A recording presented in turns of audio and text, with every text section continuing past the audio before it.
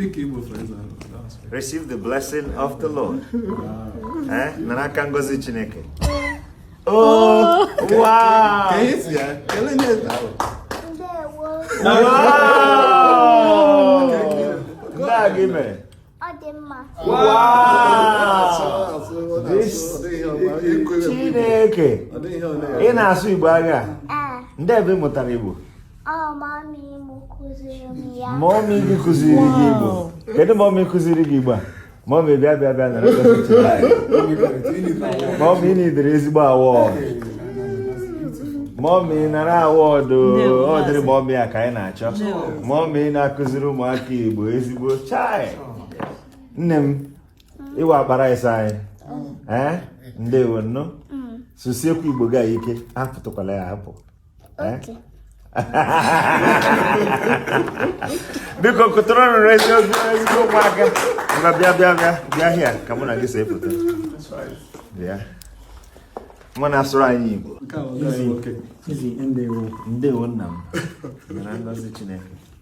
Ọ ma-adịrị gị na mkpa. Ife ọma Chineke meso gị.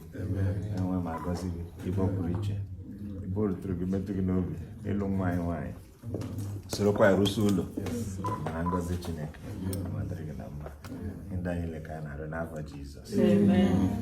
So, thank you. All I can say, amazing.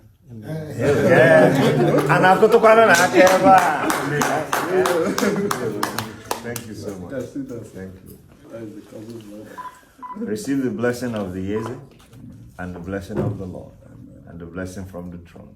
It shall be well with you. The Lord bless you abundantly. In Jesus' name. Amen. Mama, come.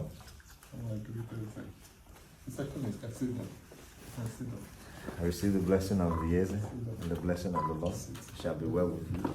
God's blessing, grace shall be over and upon you. In Jesus' name. Amen. Thank you. Oh, wow.